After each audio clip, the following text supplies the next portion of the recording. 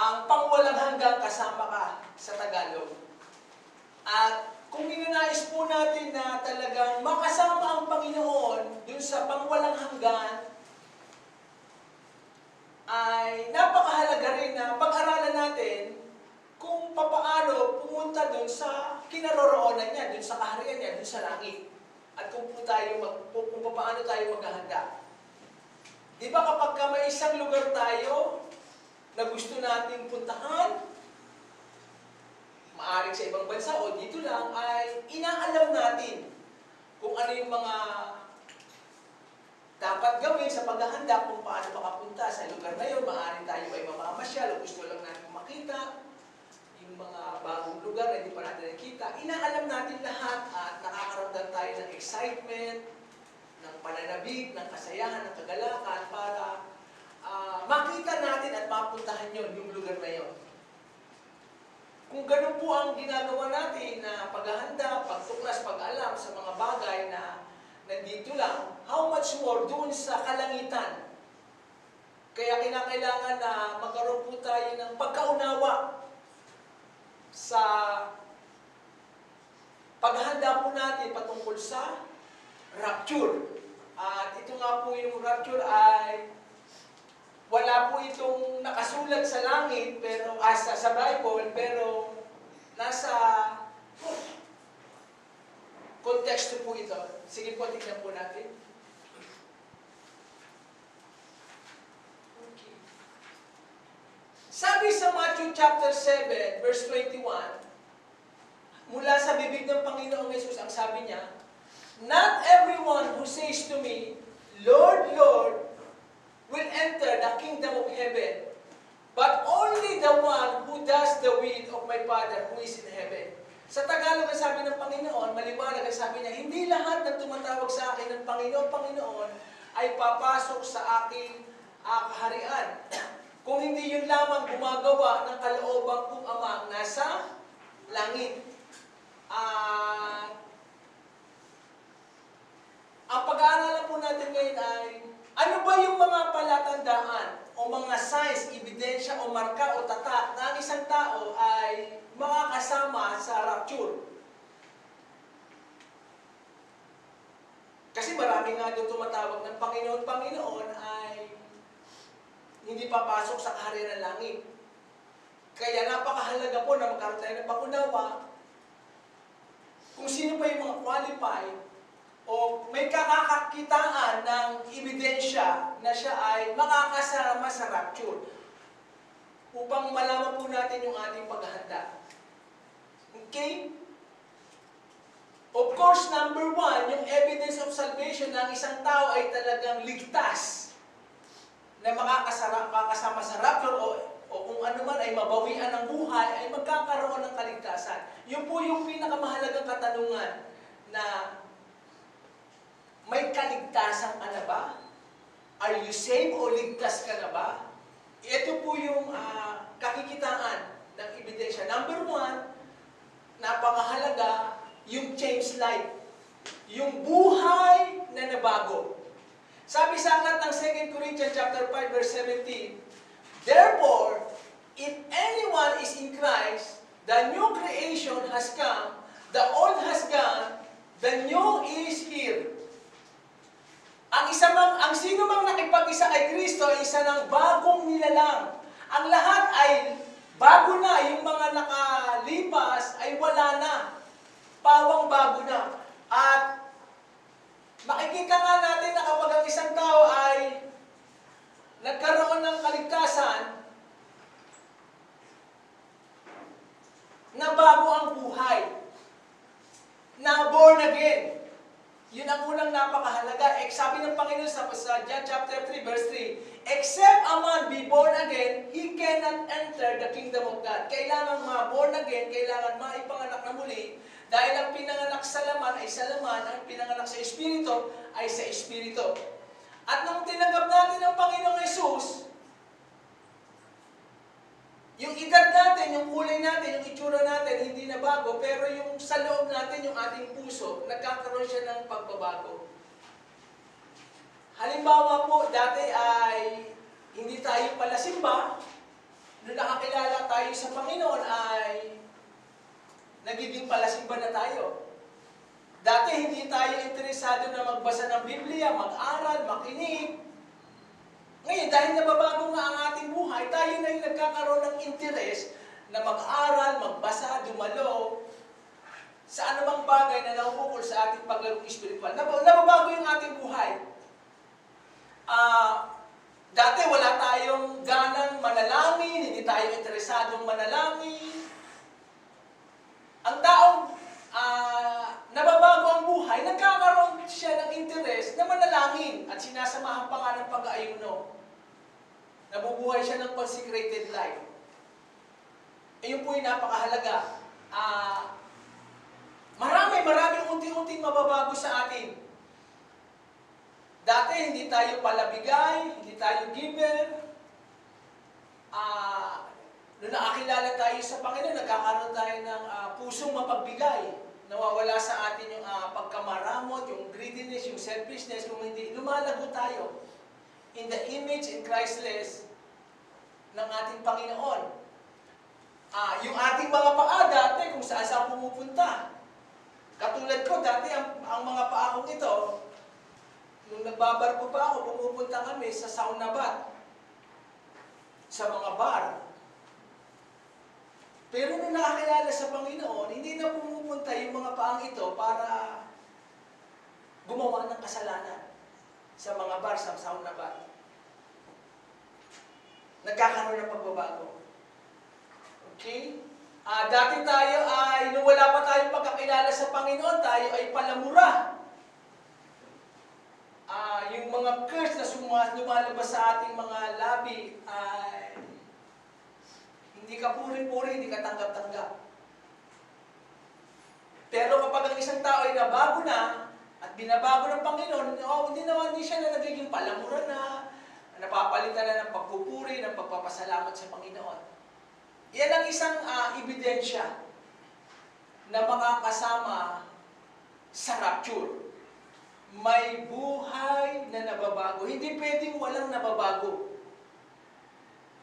And God is transforming us from glory to glory. Hanggang maging kawangis tayo ng ating Panginoong Jesus. Isa pang nababago, dati hindi tayo mapagpatawad. Pag tayo ay nakakilala sa Panginoon, tayo ay nakakapagpatawad. Lumalalim yung ating pangunawa. Okay? Kasi bahagi yun ng paghubog ng Panginoon. Okay? Marami na bago nung hindi pa tayo nakakakilala sa Panginoon. Hindi natin alam yung pagbibigay, yung pag-iikapo. Parang yung nanay ko, kung tatanungin niyo po yan, nung wala pa akong pakakilala sa Panginoon, sasabihin niyan, ay si Eric, napakakuripot niyan. Kasi sa hirap ba naman talaga nakitain ang pera? Okay, sinasabi ko, hindi, nagiging masinop lang tayo. Pero nung nakakilala ako sa Panginoon, yung buong nakuha ko sa pagre-resign ko dun sa barko, nagkakahalagang 56,000 mahigit. Nagulat naman siya dahil para raw akong baliw na gagamitin ko na parang sa wala. Kasi ganun ako kainit noon. Ganun yung pasasalamat ko sa Panginoon na hindi niya naunawaan. Na daating itong kuripot, ngayon pagdating sa gawain ng Panginoon, ay parang gano'n kung gumastos. Noon kasi, isa lang ako, wala pang pamilya, wala ka pang isa sa alang-alang. Wala pang pipigil sa mga desisyon mo, wala ka pang responsibilidad, sarili ko lang, kaya nakakapag-desisyon ako noon. At napakahalaga rin na na-train ako noon, kasi iba na ang damdamin kapag may asawa ka na at may pamilya ka. May haharang sa desisyon mo, may kokontra, may magdududa, dahil may sisigaw na pangangailangan. Kaya napakahalaga, mga kabataan ay bata pa lang ay matrain na sa area ng pagbibigay, sa area ng pag-iikapo. Kasi mahirap na kapag ikaw ay nagkapamilya, hindi ka pa na-train sa area yun, nahihirapan. Okay? Naunawa po natin na may mga certain area na binabago tayo ng Panginoon nung tayo ay nakakilala sa Kanya. Isang palatandaan. Okay? At ang napakahalaga dyan, okay, number 2, yung connection natin sa Panginoon. We are stay connected to God o stay closer to Jesus. Kailangan lagi tayong konektado sa Diyos. Maliwanag pong sinasabi ng Panginoon Jesus, sabi ng Panginoon sa John chapter 15 verse 5 to 6, I am the vine, you are the branches.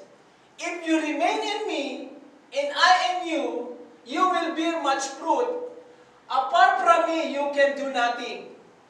If you do not remain in me, you are like a branch that is thrown away and withers.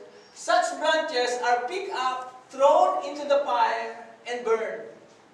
Ang Panginoong Jesus ay gumagamit ng mga mabababaw na salita upang maunawaan ng kanyang mga tagapakinig.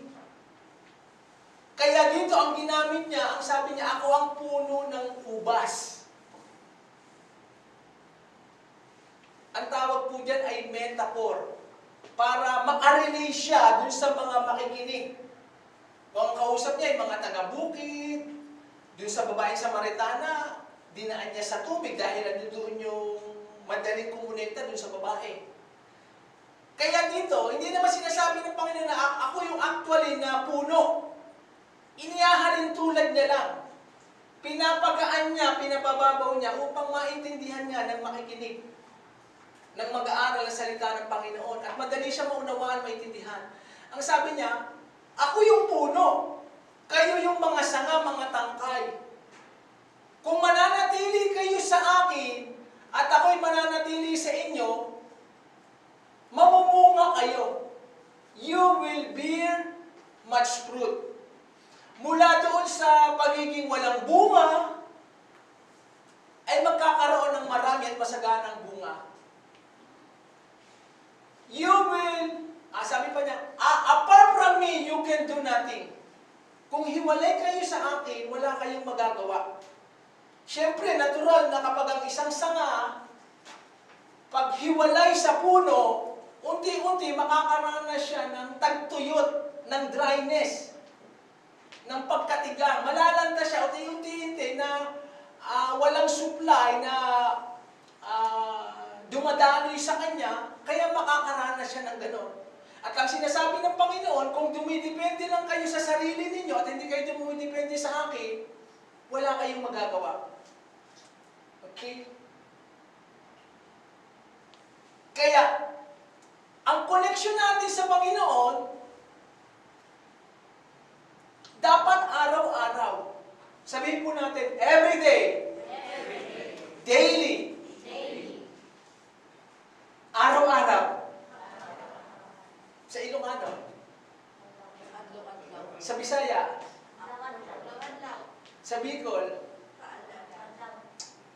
Dapat araw-araw. Kasi kahit tayo ay nakakilala na sa Panginoon, meron tayong mindset na religious, na akala natin ang Diyos ay every Sunday lang. O kaya once a month. Quarterly o yearly. Na yung religious mindset na yon ay bunga yon nung nakalipas na nandun pa tayo sa mga lumang relihiyon natin. Kaya bahagi nga na pagpapakita na tayo ay talagang nabago na, hindi tayo nabubuhay ng katulad ng iba. Hindi tayo connected sa Panginoon. Kaya nga napakahalaga po nga yung tinuturo ng Bible reading, ng pagpipray araw-araw. Para tayo stay connected and we stay so close to Jesus o to our God.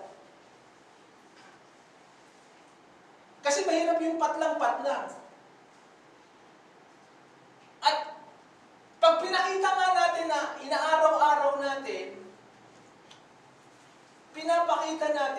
interesado tayo talaga sa Diyos. Pinapakita natin na siya yung priority natin, na kahit gaano karami ang ating ginagawa, binibigyan natin siya ng panahon. Binibigyan natin siya ng oras. At pagpapakita rin yun na mahal natin ang Diyos. Kasi isipin niyo po ba naman na, biruin mo po, dadalhin tayo ng Panginoon sa langit. Ira-rapture ka. Si Jesus, pinaghahandaan ka ng mansyon sa langit. Tapos, hindi natin pagbubutihin yung kaligtasan natin, hindi natin puproteksyonan, hindi natin iingatan. Dahil yan ay siguradong nanakawin ng kaaway, gusto niyang kunin sa atin ang salita ng Diyos sa ating mga puso. Kaya napakahalaga po yun. At ito ay spiritual discipline na ginagawa. Yung stay connected sa Panginoon. Na tayo ay nakapokus. No matter what, na kahit napakarami tayong ginagawa,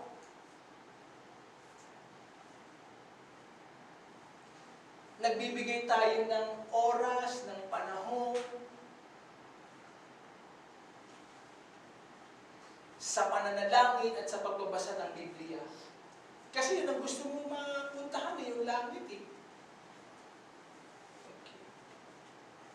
Sabi nga dun sa rapture yung isa, sa Matthew chapter 24, yung isa nasa bukid daw, yung isa kinuha. Yung isa naiwan. May event naman, yung isa kinuha sa nagtatrabaho gabi, yung isa naiwan. Talagang merong maiiwan. Hindi lahat talaga makakasama sa rapture. Kasi sinabi na sa Bible may kukunin, may maiiwan. Kaya kailangan nating ingatan. Ang pinakamahalaga nating relasyon ay ang relasyon natin sa ating Diyos. Sinabi na ng Panginoon na mapapunta man sa inyo, makuha niyo man ang lahat ng kayamanan sa sanlibutan. Kayamanan, katanyagan, kung mapahamak naman ang inyong kaluluwa. Kaya nga napakahalaga yung family altar. Kasi kapag merong nanghihina, o kaya parang tinatamad, o kaya parang magaan ang dating sa kanya ng Bible, o ano, may nagre-remind, may humahatak, may nagpapalakas. Yung po ang kalakasan, kasi hindi lahat ng panahon malakas tayo. Hindi lahat ng oras on fire tayo.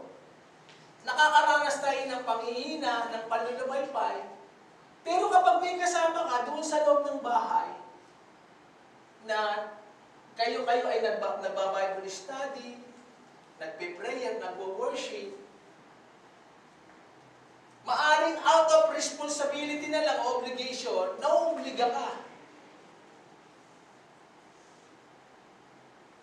Tapos lumalago. Okay, kaya, kumusta na po yung pagpapamili altar po natin at saka 90-day challenge? Lalo na po, napanood natin kanina sa video yung mga hindi inaasahan na sakuna, mga trahedya, mga pagputok ng bulkan, tsunami, bagyo, ay dumarating. At titindi pa po yan. At magle-level up pa yan. Kasi nga pasama ng pasama ang mundo eh. Na ang tao ay imbis na magsisi, tumalikod sa Diyos at magbalik sa loob, ay binabaliwala. Kaya yung galit ng Diyos, yung puot ng nandoon. Okay. Sino po ba naman ang mag-aakala yung mga nangyari ngayon sa Cagayan? Pinanood ko pa yung mga na-YouTube sa clip. Pero mo yung bata naliligo sa putik. Yung iba sa bubong na natutulog. Meron pa yung isang lalaki, tinangay ng yung bahay niya. Kasama siya. Sa Marikina naman, may mag-ina, hinukay pa yung paa. Nakaulitaw na lang yung paa. Hinukay kasi nga natabunan. Mga bagay na hindi inaasahan. Okay? Kaya, pagpapakita na hinog na ngayon. Anytime, pwedeng dumating ang Panginoon. Ang total doon ng population ng buong mundo ay nasa 7 billion. 8% ang Christian. Mga kulang-kulang 600 million. At kung sasalain mo pa ito, kung titignan pa talaga, baka mabawasan pa yung porsyentong ito. Kaya, ganun pa ang pagpapasensya ng Panginoon, kaya hindi pa siya bumabalik. Kasi gusto niya pa ang tao ay magsisi at magbalik loob sa Kanya. Kasi nga, kukunti talaga. Malapad ang daan papunta sa kapahamakan, yung kaligtasan, napakakitid. Kaya etong mga last days, lalo na kapag nagkakaedad tayo, mas kailangan natin ng Diyos.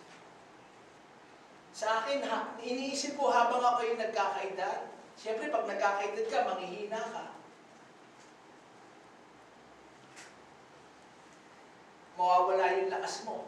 Hindi katulad ng kabataan. Mas kailangan natin ang Diyos. At sinabi na nga ng Panginoon,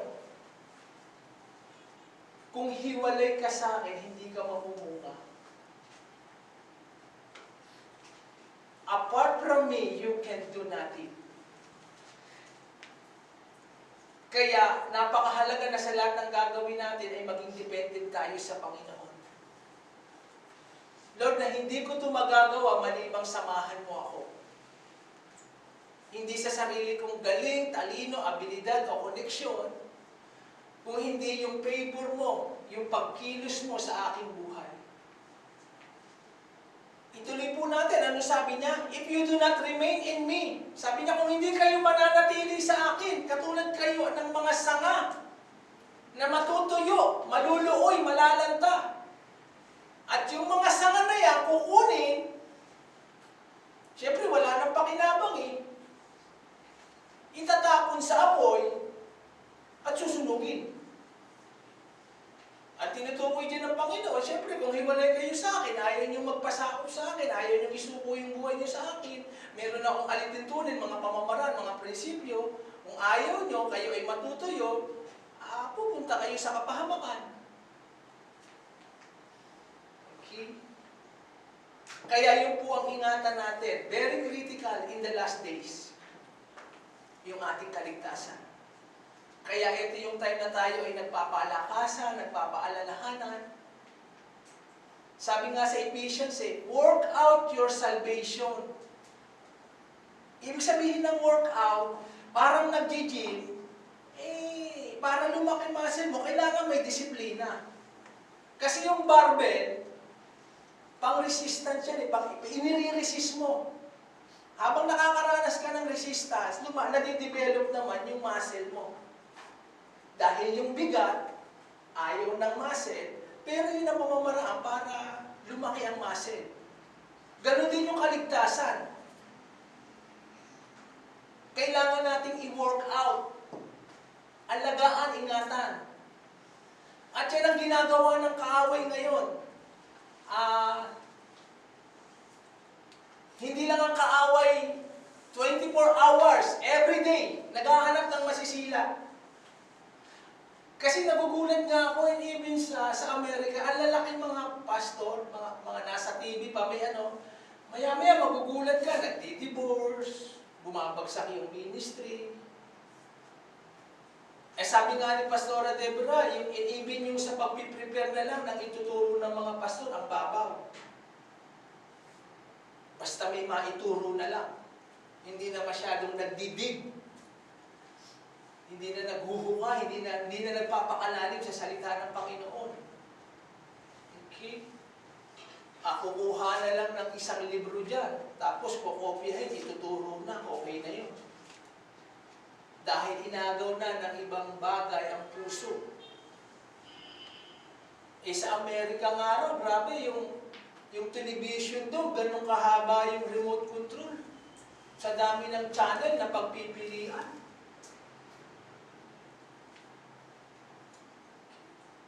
Tapos yung prayer life, bumababa.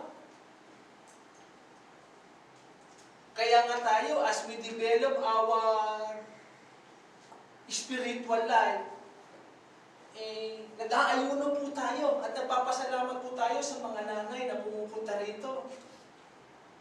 Kaya may bagyo o wala, pumupunta rito para manalangin, mag-ayuno. At sa amin pong bahay, tuloy-tuloy po yung pag Sabado, fasting, prayer.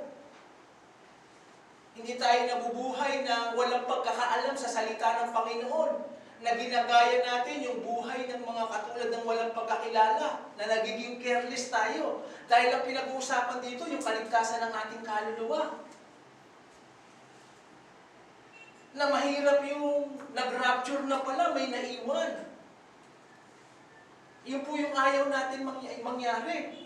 At naipaliwanag po sa atin ng isang linggo, pag ikaw ay naiwan sa rapture, yung 7 taong Great Tribulation, talagang dadanasin mo sa pamumuno ng Antichrist. Na kapag wala ang tatak ng halimaw, yung 666, ay hindi ka makakakain, wala kang access sa lahat ng bagay, pahihirapan ka. Ngayon, ang kaligtasan ay libre, maluwag. Pero pagdating na dumating ang rapture at may naiwan, ang mga may iwan, yung mga nanlamig, backslide. May mga ngaral pa rin nun na salita ng Panginoon. Pero napakahirap na. Ang kapalit nga noon ay buhay o pagpugot ng ulo. Kaya dumating po sa atin yung takot, with trembling in fear, na inariyayaya tayo ng Panginoon sa pamumuhay ng may kabanalan, ng may takot sa Kanya, hindi tayo mga careless. Magkamali na tayo ng mga ibang desisyon, wag lang itong desisyon patungkol sa kaligtasan ng ating kaluluwa. Isang beses lang tayong mabubuhay. Napakahirap na buhay kapag may naiwan sa rapture. Kaya tayong mga magulang, tayo magpuproteksyon sa pamilya natin. Tayo magdidisiplina sa kanila, magpapaalala. Na huwag ka magkakamali kapag naiwan ka, hindi ka namin pwedeng balikan dyan para iligtas. Kasi kanya-kanyang kaligtasan yan eh. Hindi ibig sabihin anak ka ng pastor, ay ligtas ka na rin. Walang pamangkin o walang apo ang Diyos. Meron lang siya anak. Hindi pwedeng sabit. Kaya aalagaan po natin yung pamilya natin. Katungkulan po natin yan. Katulad kay Noah. Iningatan niya, prinoteksyonan niya ang kanyang pamilya. Bagamat mahirap yung pinagagawa ng Diyos. Bagamat 8 lang sila ang gagawa ng arko. Si Noah, stay connected to God. Hindi siya tumitingin, hindi siya natitinag. Pinagtatawanan siya, nililibak siya, kinukutya siya, pinipersecute siya. Tuloy-tuloy lang siya sa pinagagawa ng Diyos. Yung po ang ibig sabihin ng you are connected with God. Kahit nahihirapan ka, kahit imposible, kahit salungat sa lahat ng mga pag-iisip, sa ginagawa ng mga bagay na makasanlibutan, si Noah hindi nagpatinag. At yung pinaghihirapan nila at pinaghahandaan, yun din ang kaligtasan nila. At sa lahi nila, magsisimula muli ang Panginoon. At lahat ng pinaghirapan nila, sila rin ang makikinabang. Dahil ibinigay na ng Diyos sa kanila yung pamamahala sa buong mundo. At ganoon din sa atin. Yung mga pinaghihirapan natin dito, tayo ay naglilingkod, nagiging matapat sa pagdalo, sa mga paggawain. Ibilin niyo ba naman ang kapalit yung langit? Yung mansyon, yung corona, yung glory ng Panginoon? Ibilin mo yung sa langit daw ginto ang kalsada. Yung mga haligi, esmerald, topasyo. At doon sa langit, may mga hayop din. May mga ilog din. Ang saya ng buhay. Ang akala kasi natin, 24 hours, walang gagawin, ay magpupuri lang. Hindi, may palitan daw doon. Hindi ka lagi 24 hours magpupuri. Mabubuhay ka rin doon ng normal. Ang pinagkaiba lang doon, wala nang sakit, wala nang pagluha. Yung katawan nating lupa, papalitan, magiging immortal. Hindi. Pero yung isang klaseng backslider, ayaw na talaga sa Panginoon. Nag-backslide ng tuluyan. Kaya yun po ang danger. Kinain na. Pinasok na ng ibang bagay ang puso. Pinagpalit na si Jesus sa ibang bagay. Kaya nga sabi ko, kailangan tayong magpakalalim sa pagkakilala sa Panginoon, yung relasyon natin. Kasi kapag hindi po tayo malalim sa pagkakakilala at pagkaunawa sa Diyos, ang dali mong ipagpalit ang Panginoon sa ibang bagay. Mga poor decision, imbis na wise decision. Kaya nga ako nire-remind ko ang sarili ko. Sabi ko, kahit paglinggo, kahit bigyan ako ng 10,000, hindi ko to Kasi ang giniba po, kung ako po yung magtatrabaho ngayon, kikita ako ng 80,000. Mababa siya. Kung nagawa ko na noon. Kasi temptation din yan. Lahat po tayo matitempt dyan. Kaya kailangan may fix tayong decision. Lord, na hindi kita maipagpalit sa mga bagay na ito. Na mas matimbang ka, mas mahalaga ang relasyon ko sa iyo. Kung ang magiging kapalit ko naman ay mapapalayo ako sa iyo. Okay? Kaya, araw-araw pumipili tayo ng poor decision o wise decision. Kasi nagbibuild tayo ng buhay natin araw-araw At si Satan, ititempt tayo niyan. Mga temptation niyan. Na ipamumukha niya sa atin na parang tama yung ating mga desisyon. Kaya kailangan maingat yung desisyon natin. Parang silot. Hindi, yung careless yung magdesisyon. Ang nakita niya lang yung kagandahan ng Sodom at Gomorrah.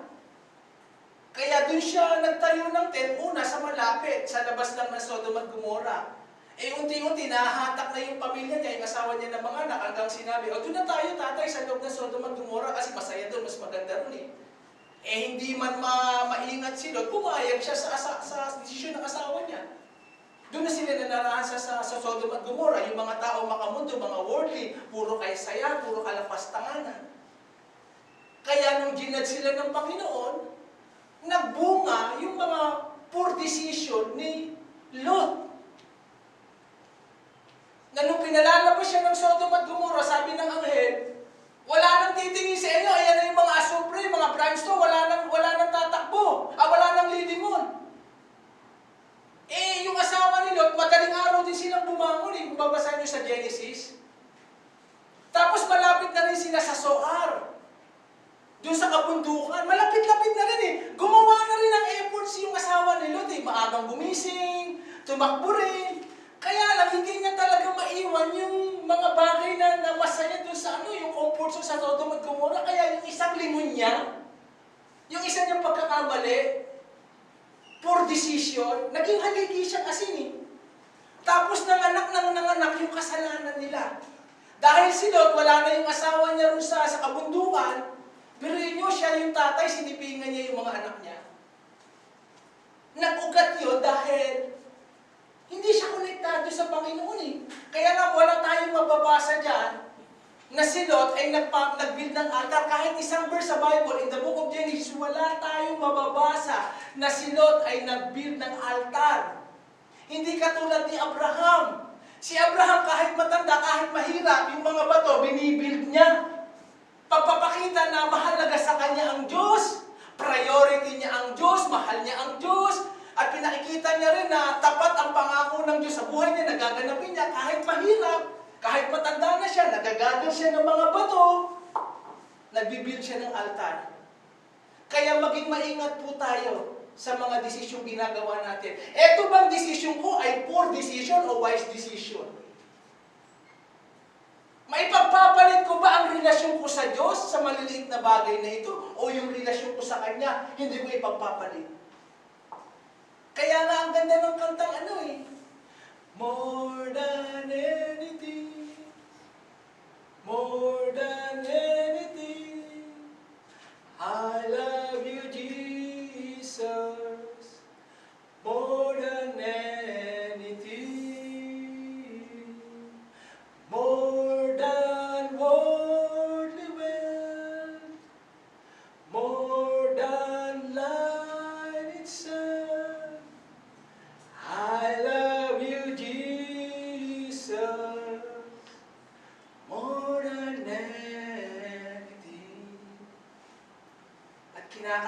po yan araw-araw.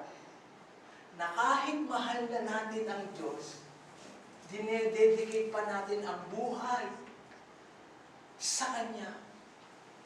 Lord, tulungan mo ko na huwag akong magkamali ng desisyon na hindi kita maipagpalit sa mga temporal na bagay, na mga bagay na pansamantala. Biruin mo pag ni-rapture tayo, iiwan mo lahat ng property mo. Walang makikinabang, hindi mo siya pakikinabangan.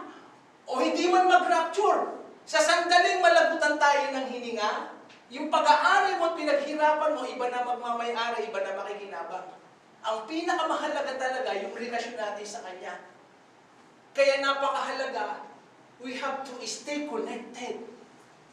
Kaya nga lagi kong pinagpipray, Lord, lagi mong uhawin. Gawin mong uhaw na gutom ang puso ko sa salita mo, sa presensya mo. Alam mo, kapag nawawala na sa atin yung kauhawan, sa salita niya, sa presensya niya, na tayo ay parang maaalarma na. Yung parang nabubuhay na lang tayo normal, parang religious na lang. Kailangan kong maglingkod kasi kailangan ako dun eh.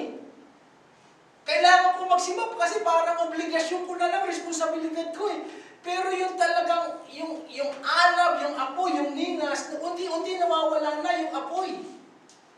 Kasi nga, hindi na connected sa Panginoon eh. Parang si Peter, bakit niya na-deny si Jesus? Kasi, he followed Jesus in a distance. Ang sabi sa gospel, yung pagsunod niya sa Panginoon, medyo malayo na. Kaya nung sinabi kay Peter, di ba ikaw yung kasama ni Jesus? Ano sabi ni Peter? Ay, hindi ko kasama yan. Hindi ko siya kilala. Bakit? He followed Jesus in a distance. Tinalo si Peter ng kanyang kahinaan, yung kanyang pagkatakot. Kaya napakahalaga po yan. Maalarma na po tayo. Kapag nawawala na tayo ng ganang magbasa ng Bible, mag-pray, magsimba, pag unti-unti nang nababawasan, kaya nga ang church natin nananalangin, nag-aayuno. Kailangan tayong magsakripisyo para sa iba. Kasi marami ngayon nangihina, nanlalamig, nanlulupaypay, binabaliwala ang relasyon sa Panginoon. Hindi naman natin sila kayang baguhin. Tanging ang Espiritu lang ng Diyos na kailangang iluhod, ipag-ayuno, iiyak, itangis, ipalahaw sa harapan ng Panginoon. Kahit yung parang mabubuhay ka ng may kalungkutan, manghihina ka, mamamayad ka, mabubuhay ka sa pananalangin, umaga, gabi. Because the greater the sacrifice, the greater the victory. Amen? Amen. Pakisabi mo sa katabi mo, stay connected to Jesus. Okay na. Yan yung pangalawang palatandaan na ikaw ay makakasama sa rapture ha. Una, may buhay na kinakakitaan sa'yo na ikaw ay nagbabago. Pangalawa, konektado ka kay Jesus araw-araw. Ikatlo, the conviction of the Holy Spirit. John 16 verse 8, when He comes, He will prove the world to be in the wrong about sin and righteousness and judgment. Ang tinutukoy rito ng Panginoon ay yung pagdating ng Espiritu Santo. Na patutunayan daw sa mundo na mali ang kanilang pagkakaunawa patungkol sa kasalanan at yung katuwiran at yung paghuhukom ng Panginoon. Kaya kita niyo po kapag tayo ay babad ka po sa presence ng Panginoon, ang lakas ng conviction. Yung fear. Andiyan dyan. Yung mga bagay na alam mong hindi sa'yo, sa akin nga may dinidilibiran ako doon sa General Trias, construction work. Pinagkakatiwala sa akin, hindi niya na binibilang yung mga bote, mga basyo, pwede ko siyang gayain eh. Kasi hindi naman ina-account eh, pero yung conviction. Tapos minsan may magbibigay ng sukli, sobra. Pag ikaw pala ay babad sa presence ng Panginoon sa Word of God, nandoon ng conviction na hindi mo gagawin. Pero kapag wala na yung conviction sa atin na manhid na, yung kamay, parang yung pakiramdam mo, wala na pakiramdam, nagiging numb, hindi na manhid eh. Maaring nagkukumbig ang Holy Spirit, pero hindi na pinakikinggan. Kaya ang Holy Spirit, hindi naman siya katulad ng kaway na namimwersa, nananahimik siya, nalulungkot siya. Kaya ikukumbig tayo ng Holy Spirit sa ating mga nagagawang kasalanan. Eh sabihin ng Holy Spirit, yan, hindi sa iyo yan. Huwag mong kunin yan. Magpatawad ka. Nakapagsalita ka ng masama, mag-sorry ka. May nagawa kang hindi mo kailangan mag-sorry ka. Yun yung mga conviction na bago mo palang gawin, o kaya nagawa na may conviction ng Holy Spirit at papaalala siya sa mga kasalanan natin. At kapag nababaliwala siya, nananahimik siya, nagiging manhid. Hanggang yung iba, hindi na maramdaman yung conviction ng Holy Spirit. Ano pinagkaiba ni Haring David kay Saul? Bakit si David ang bigat ng kasalanan? Nangalon niya, naging murderer. Kinuha yung asawa ni Urias na Bathsheba at para mapagtakpan yung kasalanan niya, isinubo niya sa labanan yung asawa ni Bathsheba hanggang sa mamatay para ma-cover up. Tinakpan niya yung kanyang kasalanan. Pero si Haring Saul, may inutos lang na wag papatayin lahat ng mga tupa, ng mga pag-aari Amalekites, sinuway niya. Pero bakit si Saul nireject ng Diyos? Si David tinawag na man after God's own heart. Ito po yung dahilan number 4. Confession. Si David kahit ang bigat ng kasalanan, nangalon niya, pumatay. Mastermind sa pagpatay sa asawa ni Bathsheba. Kasi nung kinompront si Saul, nangatwiran siya, ang tinuro niya, yung mga tao ko kasi, sabi nila, wag patayin eh. Si Saul, man pleaser. Si David, nung kinompront ni Propeta Nathan, dinaan pa sa talinhaga. Ang sabi mahal na hari, meron pong isang napakayamang hari, mayaman, tapos may mahirap. Iilan na lang nga yung alaga ng hayop, kinuha pa, pinag-interesan pa. Ano po dapat gawin niya? Ang sabi ni David, nagalit si David, dapat siyang mamatay. Kita niyo na blind si David. Sabi ng Bible scholar, mga 8 buwan yun, nananahimik ang Diyos, pero kinorek siya. Pero sabi ng propeta, yung tinutukoy pong hari at mayaman, kayo po yun. Kasi pinag-interesan nyo pa yung asawa ng tauhan nyo, at saka pinapatay nyo pa. Yung pinakamatapat sa inyo si Urias. Kaya doon na isulat yung Psalms 51. Yung sabi ni David ay, create in me a clean heart. Restore to me the joy of my salvation. Do not take away your spirit from me. Hindi sinabi ni David na, wag mong alisin yung kayamanan ko. Yung posisyon ko bilang hari. Ang sabi niya, do not take away your spirit within me. Kasi alam ni David, napakahalaga yung espiritu ng Diyos na nasa kanya. Yun ang kanyang talagang kayamanan. Nagsisi siya. Pwede niyang ipapatay yung propeta para wala nang nakakaalam. Pwede pugutan nga automatically ni David yun eh. Pero nagsisi si David. Sinamahan niya ng pag-aayuno. Hindi siya kumain. Winasak niya yung damit niya. Nalungkot siya. Tapos namatay din yung bata na yon, bunga ng kanilang pagkakasala. Kaya ang sabi sa Proverbs 28 verse 30, Whoever conceals their sin does not prosper, but the one who confesses and renounces them finds mercy. Sa Tagalog, ang nagkukubli ng kasalanan ay hindi kahabagan o mapapahamak. Ngunit ang nagtatapat o humihingi ng tawad, nagkukumpes, ay patatawarin.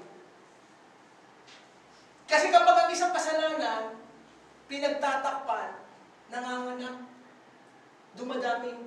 At habang pinagtatakpan natin ang kasalanan, lumalakas yung grip, yung control ng kaaway. Halimbawa, ang isang Kristiyano nanonood ng mga pornography, mga pinagbabawal. Akala niya wala nakakakita sa kanya, but sa langit, iskandal yun kasi kitang-kita siya ng mga anghel. Wala nakakakita sa kanya, itatago niya, maaari kasi madali na lang gumawa ng kasalanan ngayon eh. Bili mo, may cellphone ka, tsaka may connection ka, pwede ka na makanood ng ng mga pornography, ang dami niyan sa YouTube. O akala walang nakakakita sa kanya.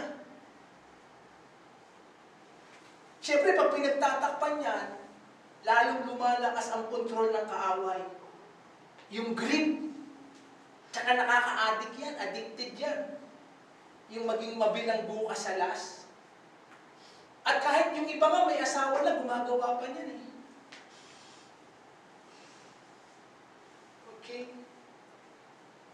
Nakukuha mo ba natin? Pero kapag yan ay nirenounce, in-expose, kinumpes, pinagtapat, pinagsisihan, tinalikuran, nawawala yung kapit, yung grip ng kaaway. Pero habang tinatago, lumalaki, lumalawak. Yung kasalanan, nagkamali na nga, pinagtatakpan pa, pinagtakpan pa, pinagtakpan. At ang pinaka-blessing na makukuha natin sa Panginoon, yung tayo ay kanyang kinokorek. Kasi mahal niya tayo eh. Kinokorek niya tayo so we can transform in the image of God or His Son, Jesus Christ.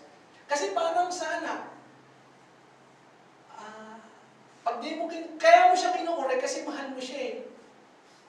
Kaya kang pagtingin ng mga kabataan sa magulang, paraging hater, laging galit. Hindi pa laging galit. Tinitrainer mo siya, hindi mo siya hater. Tinitrain ka niya. Kasi yung mga magulang, marami ng pagkakamali.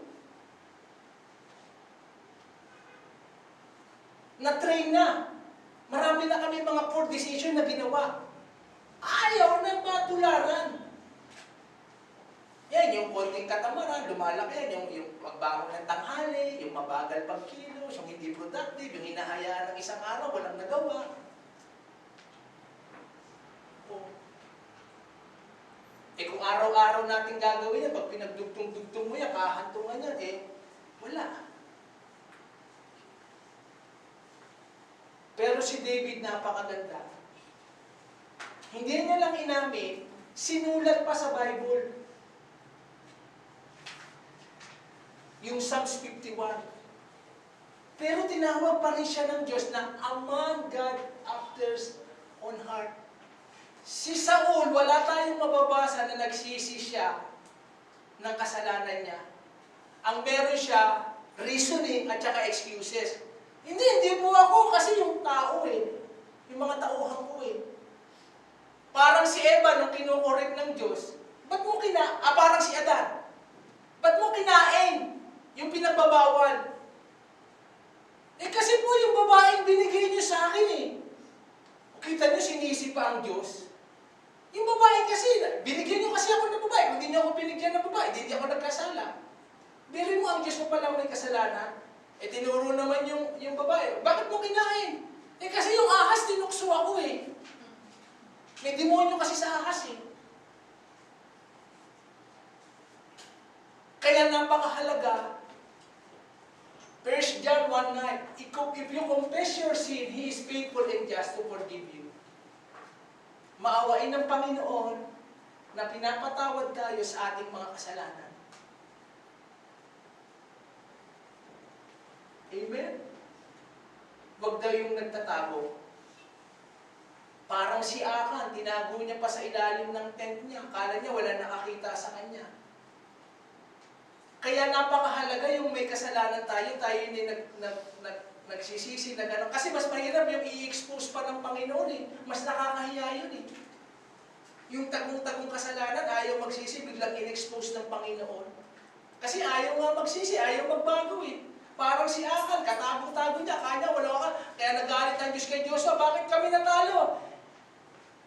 Eh kasi may kumuha ng bagay na hindi ko pinakukuha. First fruit niya yan. Sabi ko sa inyo, walang kukuha niyan.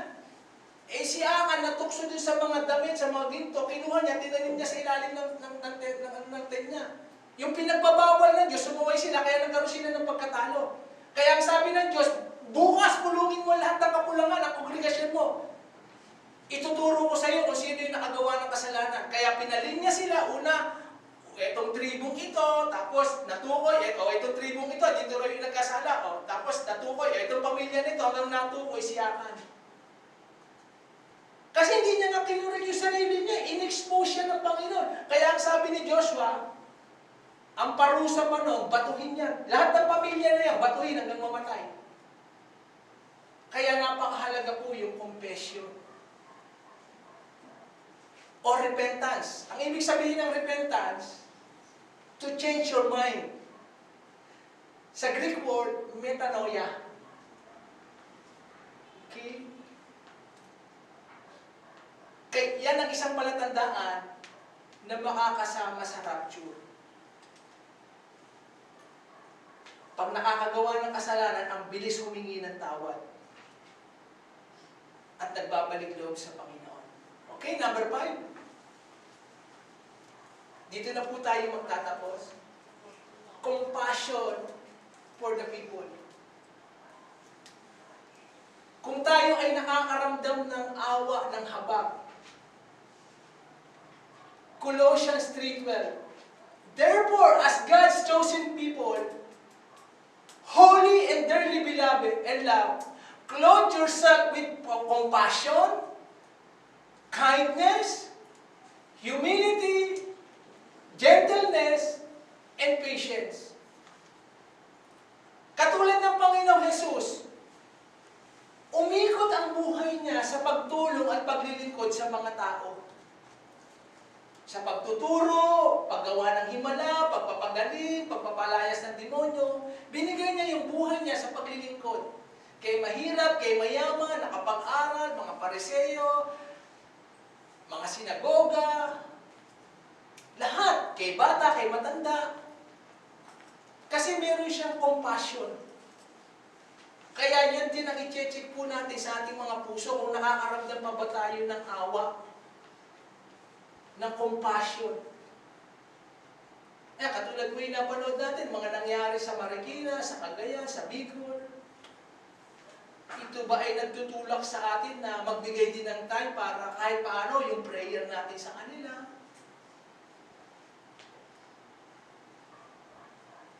Kasi mapalad po tayo rito, pero mo sa Cagayan puro putik, tinabunan sila. Pati simbahan ng Iglesia ni Cristo, pinasok. Sa Marikina, yung mga jeep, yung mga bahay, talagang mga appliances. Yung iba, sa bubungan na lang natutulog, nire-rescue yung mga ng helicopter. Yung iba, hindi na makaya Kaawa-awa talaga Sa isang taong ito, birin mo, ilan yung humagupit sa ating bansa. Lindol, pagputok ng bulkan, ng COVID, bagyo. Mga palatandaan ito na sabi ng Diyos, magbalik loob na kayo. If my people called by my name are humble and turn from their wicked ways, then I will forgive them and heal them and heal their land. Kaya napakahalaga yung kailangan nakakaramdam pa tayo ng compassion. Tapos yung patient. Meron at merong ibibigay sa iyo ang Diyos. Minsan kahit kasama mo sa bahay, ituturo sa iyo ng Panginoon, sabi mo sa katabi mo, patient. Minsan kasama mo pa sa loob ng bahay yan. Tuturuan ka ng patient. pag-ibig. Kasi nga, paano mapoprod yung love sa puso natin kung lahat na lang gumagawa sa'yo mabuti, nagbibigay sa'yo, nagbe-bless sa'yo, okay sa'yo, pumupuri sa'yo, nag-encourage sa'yo. Siyempre, bibigyan rin tayo ng Panginoon ng mga tao na yung tinig sa lalamunan para masubok yung ating patient. Minsan kasama natin sa loob ng bahay yan. Minsan kasama mo sa loob ng trabaho, sa opisina mo. Hindi lahat ng ibibigay ng tao sa atin ng Panginoon ay maayos. May mga pasuway, may Judas, may Demas. Para i-test yung puso natin. Okay? Bakit po nagbigay pa ang Diyos ng puno ng good and evil na bunga? Isa lang po ang napakaliwanag na dahilan para i-test si Eva at si Adan. At naglagay siya ng batas. Huwag niyo kakainin. If you eat from this tree, the fruit of good and evil and knowledge, you will surely die. Kainin niyo na lahat ng puno dyan, ng bunga. Huwag lang ito. Naglagay ang Diyos para i-testing sila. Of course, meron silang free will, may sariling kapasiyahan, at saka binigay sa kanila yung responsibility, yung kapamalahan. Sila talaga ang mamumuno to rule and reign, to have domain. Pero para i-test sila. Kaya ang Diyos, minsan nagpapadala siya ng mga tao sa atin, hindi kaaya-aya, para i-test yung ating patient. Sabihin mo sa katabi mo, be patient. Kaya ngayon, maunawaan natin na minsan, ang bilis maubos ng ating pasensya. Minsan, para tayong dinamita, sasabog na lang. Kaya nga, chinecheck natin yung compassion. Yung passion na hindi lang yung maayos ang mamahalin mo, kundi yung hindi ka ibig-ibig. Parang si Jesus, sabi niya kay Judas, sige Judas, gawin mo na yung gusto mong gawin. At lumapit si Judas, hinalikan siya. Pero nandoon pa rin yung compassion ni Jesus. Na kahit nandoon siya nakapako sa krus, ano sabi ni Jesus sa 7 last word? Father, forgive them. For they don't know what they are doing. Ama, patawarin mo sila. Hindi nila alam ang kanilang ginagawa. Hindi lang yung mga Pariseo, mga Sinadrin, mga mayaman, mga may pinag-aralan na pinag-pepre niya, hindi lang yung mga taong nagtakwil sa kanya, nag-iwan sa kanya, hindi lang yung mga alagad niya, hindi lang si Judas, pati tayo pinag-pray ni Jesus. Ama, patawarin mo sila, hindi nila alam ang kanilang ginagawa. Yung puso niya filled with compassion. Kaya, kapag tayo ba ay nakapanood ng nasalanta, binagyo, nakaramdam ba tayo ng lungkot, ng awa, nagdala ba ito sa ating tuhod para ipanalangin sila pag-ayuno? Kaya yan po yung mga i-check natin. Yung 5 pangunahin na palatandaan, na ebidensya o marka o tatak na ikaw ay makakasama sa rapture. Okay, ano po yung number 1? Change life or buhay na bago. Number 2, you are stay connected to God every day. Number 3, the conviction of the Holy Spirit. Pang-4, confession kapag nakagawa ng kasalanan, agad magsisi. And number 5, compassion. Okay, yan po yung i-check natin kung ako ba ay makakasama sa pagbalik ng Panginoon o yung tinatawag na rapture o pagdagit. Tumayo po tayo lahat. Hallelujah, Jesus.